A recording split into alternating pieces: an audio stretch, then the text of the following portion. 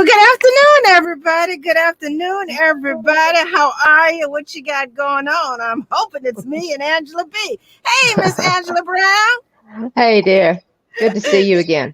Absolutely. You put a smile on my face. If this is your first time joining me, everybody, this is Angela B. Brown, the CEO of YESHUA'S House, which is I'm going to say, a transitional home for women who are experiencing difficult relationships and may need to relocate with or without children temporarily, at least up to 18 months.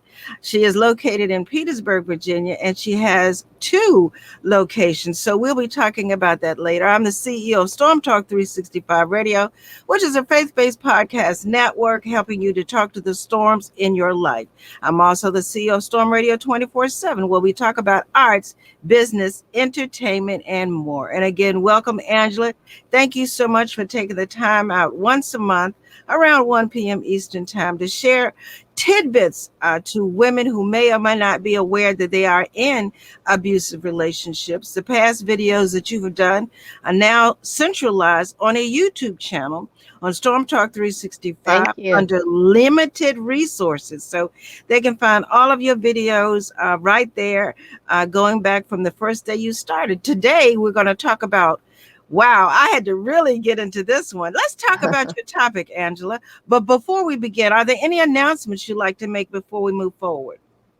Yeah, we every year we have a major fundraiser, and this year it's going to be on September 30th, which is a Thursday at 6 p.m.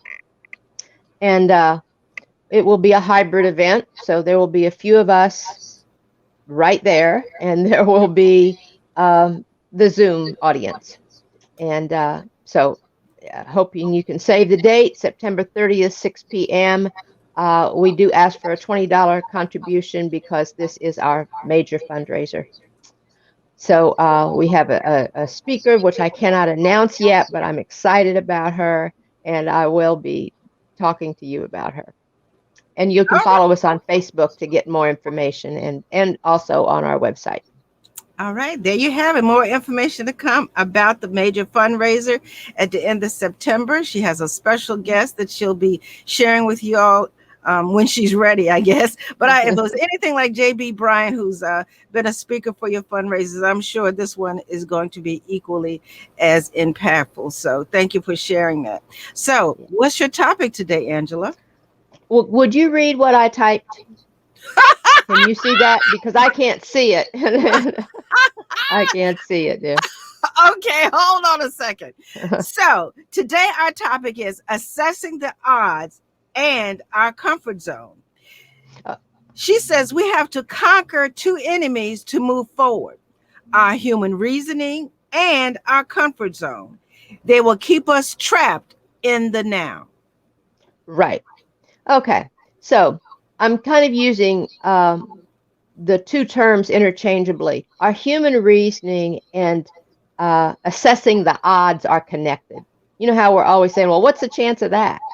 Or I've been doing this for 10 years, or, I've always had, diabetes, or whatever the deal is, and so we assess the odds, and we think that it's not possible to do different or be different or overcome a situation.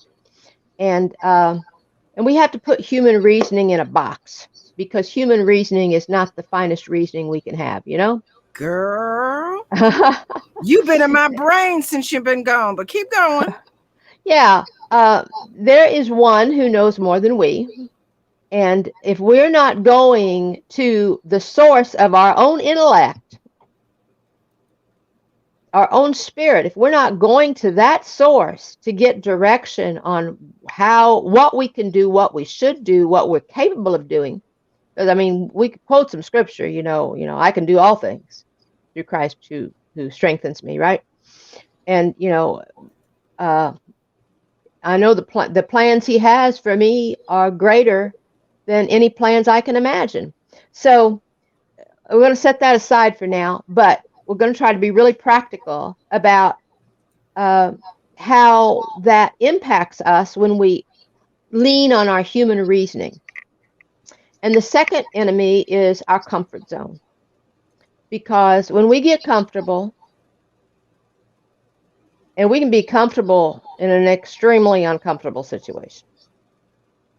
We can be uncomfortable. We can be comfortable in relationships that we should never have tolerated, right?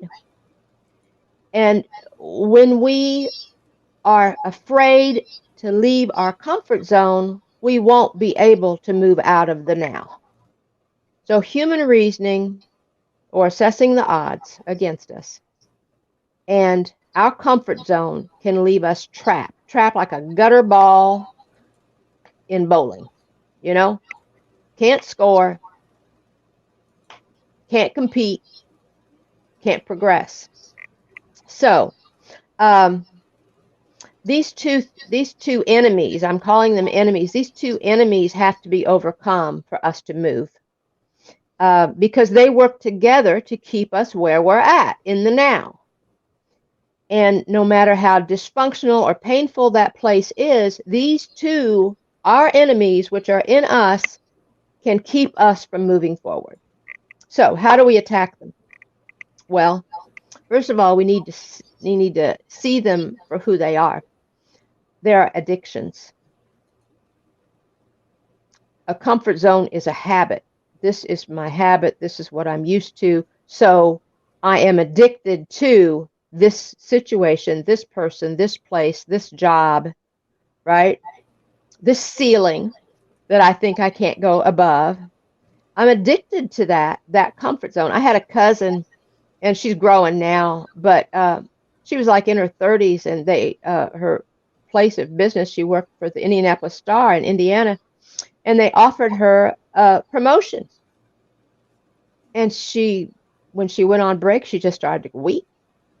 She was so uncomfortable about doing anything other than what she'd been doing for about 10 years. And that's kind of how we feel when we are in a comfort zone and we can't see ourselves moving out of it. Um, Depression, right? Uh, because we want to stay where we are, our body actually reads that as stay in bed, don't do anything, don't go out of the house, don't apply for a job, don't, whatever. So that's the negative section. But so these two things, human reasoning and our comfort zones, can become so strong that they are as powerful as addictions. And so we have to use um, some of the techniques for attacking addictions against them. Okay, so what is an addiction? Just a habit we can't stop, right? Just a habit that we think is more powerful than our will to overcome it.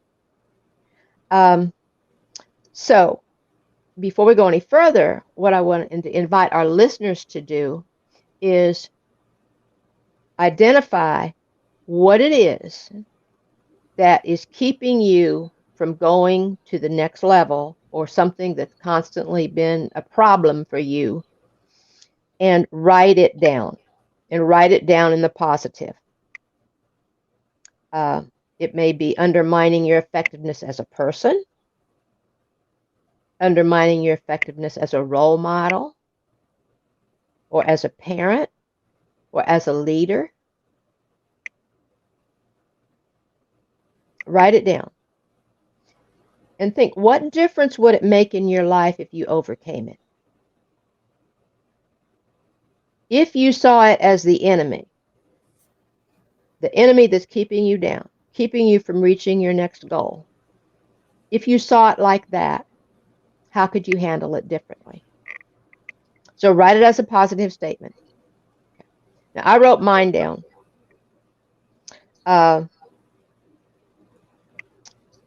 I will eat breakfast like a king. I will eat lunch like and I can't remember what that saying is, but I'm going to say like a worker, like a worker bee or something. I'm going to eat lunch like a worker bee and dinner like a pauper. And I say that because I often leave here with hardly anything in my stomach, and I don't get back till late at night. So I'm ravenous, and I eat at night, and the obvious result is weight gain, right? So we have a we have kind of a joke, the ladies and I, that I have a hunger mobile. You know, I gotta get in my hunger mobile, and then food doesn't exist as long as I'm in the hunger mobile until I get home, and then I eat. So terrible habit. Probably been 3 years, you know, that I've been doing this most of the time, and it undermines your health and your energy and all sorts of things. So that's my addiction. Okay, it's a habit, and you know, everybody who has an addiction can tell you why they have it. They can tell you the purpose it serves, you know. So we've all heard people say perhaps that they can't get going without their morning coffee, right? Or that uh, my coffee or my caffeine habit um, calms my nerves. You ever heard that one? And we know, and they know, that it does the exact opposite. It excites your nervous system. So, this is an example. When I was teaching high school in Petersburg, we had a split. They called it a split lunch, but actually it was a split class. I had taught for 30 minutes, and then we had lunch for 30 minutes, and they came back and had uh, their second part of the class. So, I guess it was about October, and I'm opening the door for the second session, and one of the students says, "Miss Brown, do you drink coffee at lunch?" I go, "Yeah. Why do you ask?" You know, because I'm kind of wary. Well, because sometimes you come in here on the second half and you're like, what do you call it? Uh, Flying from the ceiling. Really? And so we had to have a discussion. Well, what's that like? Is that better? Is that worse? Well, sometimes it's good, and sometimes, you know, it's a little overwhelming. So, you know, most of the time we don't see the full effect of our habits. We might say, "Oh, I need to do this," or "I need," but we don't see it like other people might see it, or those closest to us might see it. So, that's a part of what we need to do to see it as an enemy, is just how much of my life is this controlling? What is it doing to me and to others who know me, right? Um, so, you know, maybe you wrote down a socially accepted addiction like, you know, what, caffeine or ginger ale or smoking or overeating, but you might have written down gambling or alcohol or crack, right? Or being a shopaholic. I think that's socially acceptable now too. But it's devastating. Amazon. I Yeah, tell you, it's absolutely Amazon is a mess. right, right. And our commercials have made it socially acceptable in our lifestyle. But you know, our human reasoning will keep us struggling. Um,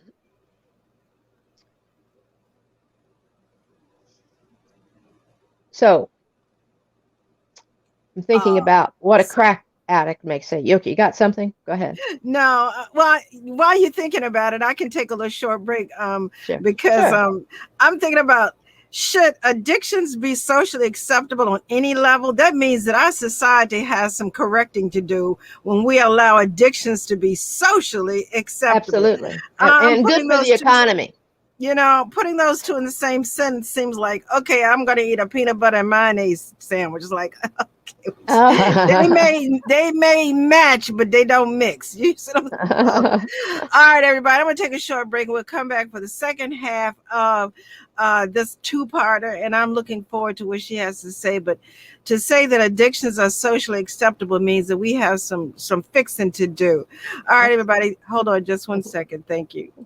Thank you.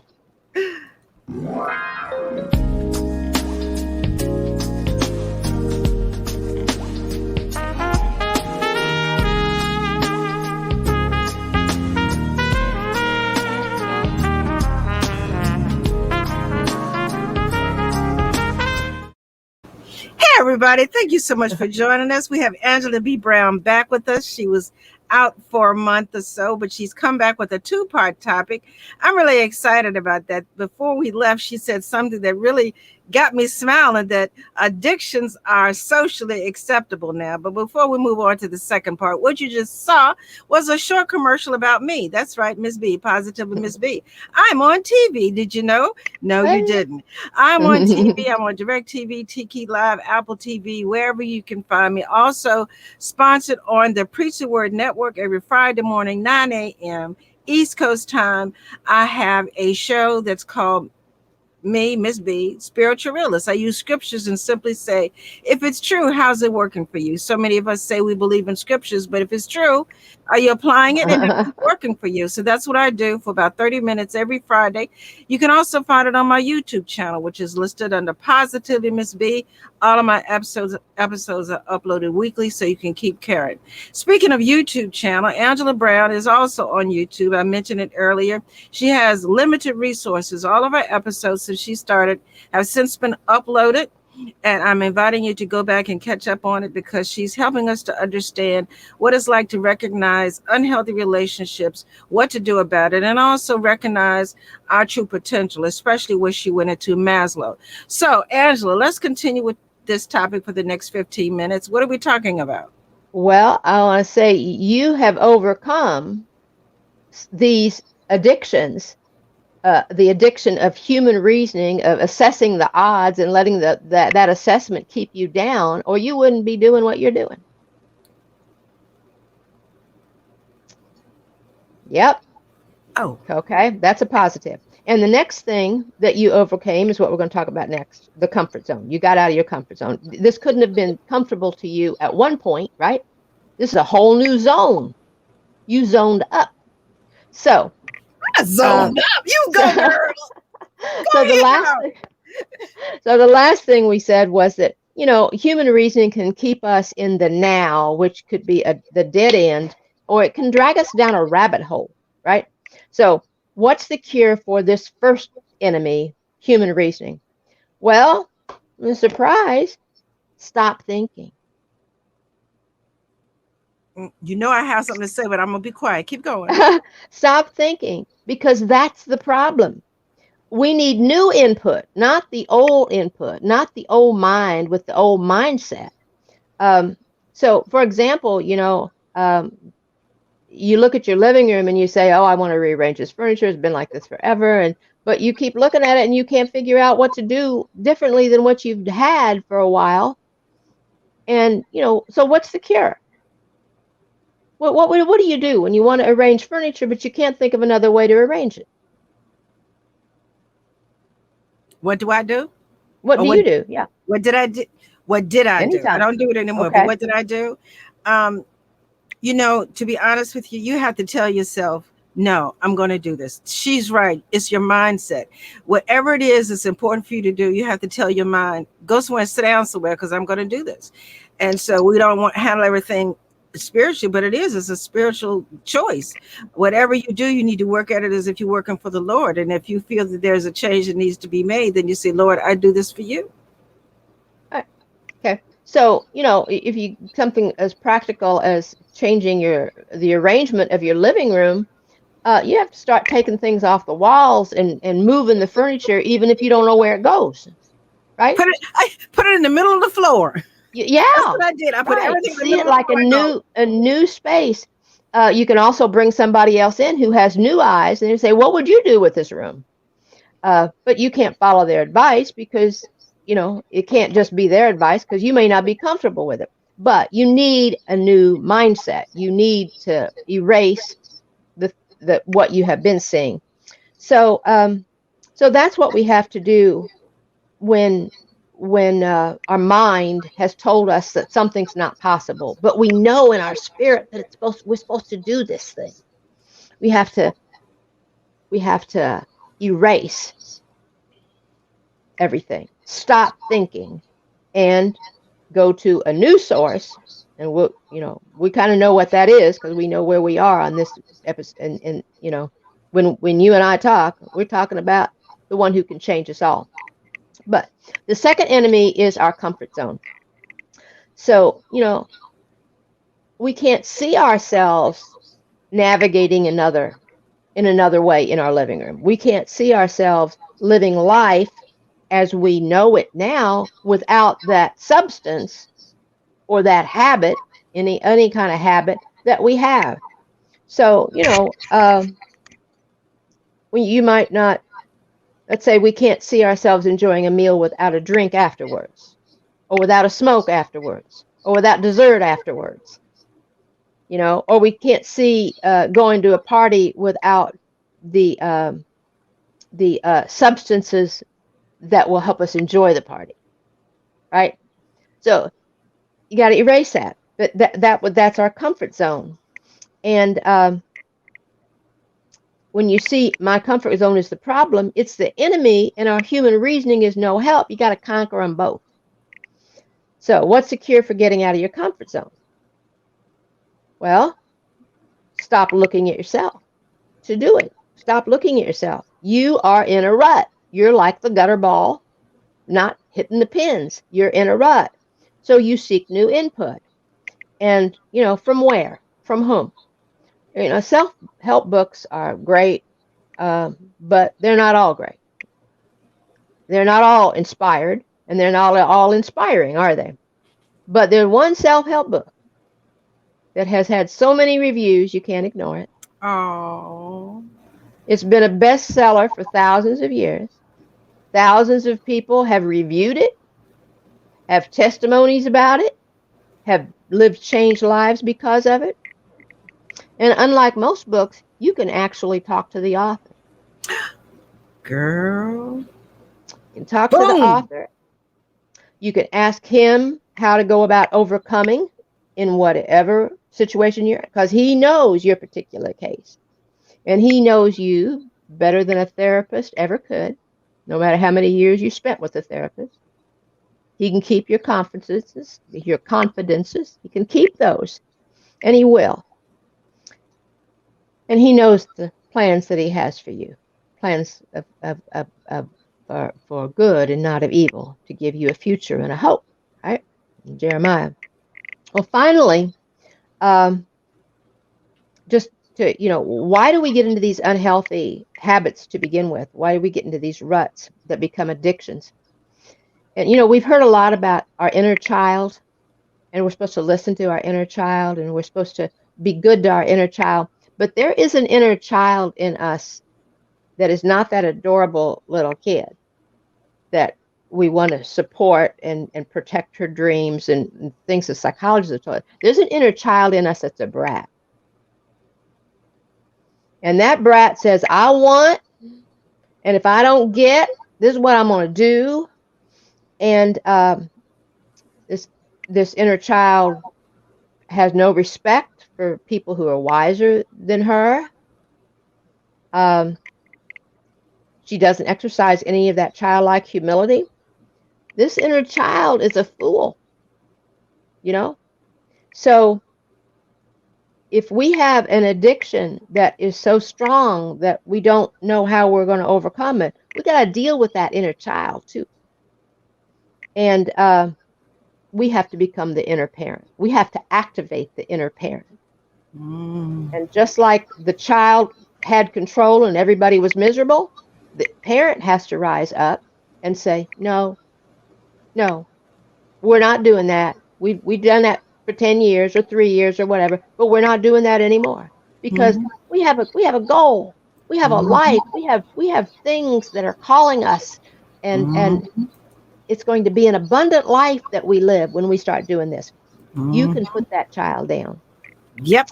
And the behavioral psychologists have told us for years that when you're trying to do a new thing, reward yourself.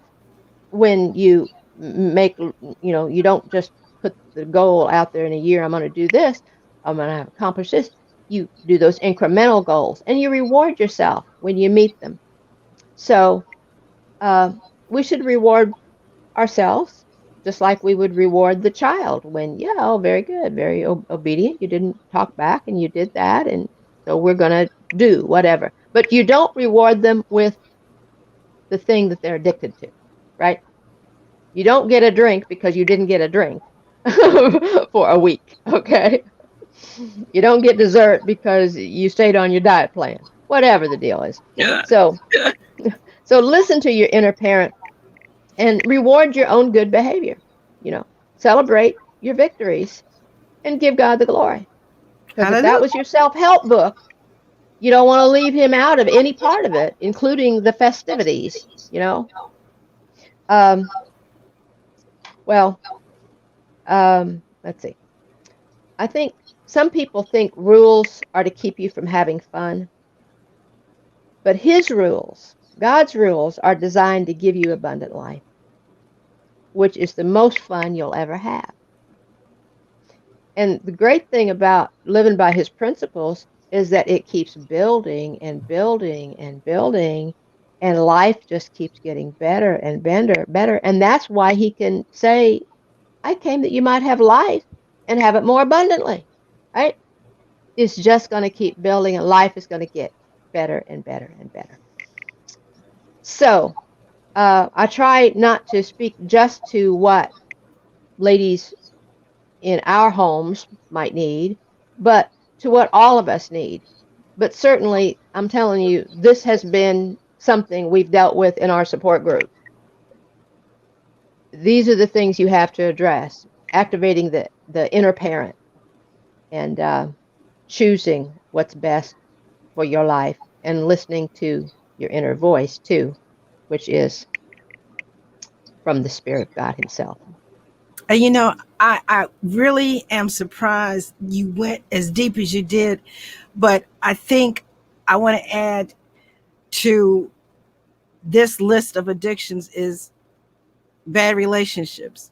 If you have Hmm. a pattern of constantly picking the wrong partner for yourself, if you're in your third or fourth marriage, it's not necessarily the person, it's the behavior that inner child seems to be attracted to, the bad boy, the bad girl.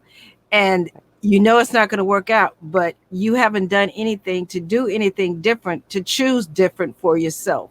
So I just want to throw that in there, that we can be addicted to bad relationships, and there's a why behind everything. It could be your parental relationships, it could be sibling relationships, and you feel that's the only kind of relationship you deserve. Right. um, but like she said, you have to change the mindset, do things differently to get different results. So thank you for that topic, Thank Angela. you. Thank you for hitting that nail right on the head. Right. All right, everybody, this is Ms. B telling you to please visit Angela B. Brown on the Limited Resources YouTube channel. And she is right. I have made some changes network wise. We are no longer using Spreaker as our main platform. You can look for her on Spotify and Apple, as well as Google Play. We're already on there, but after making some changes, we're going to focus on the main top three listening platforms, and I'll be adding her updated episodes. Again, she's already on Google Play, iTunes, and she's already on Spotify. So look for the updated um, episodes to be added shortly. But for right now, we want to invite you to watch her on Limited Resources on the YouTube channel that's available right now. This episode itself will be uploaded shortly. So all of her episodes available for you to go back through at your listening and viewing convenience. And they're also available for downloads, and if you would like to share on your ministry website yourself. So again, thank you so much, and look forward to more episodes being uploaded to the podcast channels, which will be primarily iTunes, Apple iTunes, I'm sorry, Google Play, and Spotify. Spotify has been listed as the top number one listening platform for podcasting, and we definitely want Angela available on those three top listening platforms. So thank you so much for your support. I look forward to you joining us back here every month, second Tuesday at 1 p.m. East Coast time. And again, please, YouTube channel, Limited Resources, Angela Brown, available 24 hours a day. All right, everybody. Thank you so much. Thank you for just keeping getting better and better and better. You're Oh, not in a man. rut. No Let me rut for tell you Miss something. B. That's right. I got things to do. My father has assigned me, and he's trusted me with such people as yourself to get the ministries out. And we just sometimes we have to, you asked me a question, and I didn't reply, but I have to tell myself, go somewhere, sit down somewhere. You said stop thinking, and I know we're right at our 30-minute mark, but in order to stop thinking, my mind tells me, go somewhere, sit down somewhere, and listen to the Holy Spirit, and get out your way. Sit yourself Right. down somewhere. If it's not good, it's not God. Jehovah Abba Father did not tell you to do that. So you need to go somewhere and sit down and listen to what he wants you to do. So That's that's what right. I'm doing. I'm sitting myself down and reevaluating where this ministry is going. And I'm just excited on this Jeremiah 29:11 journey. Very good. Very good. All right, Thank you so everybody. much. You're welcome. Have Appreciate a you. blessed day, everybody. Bye bye. Bye bye.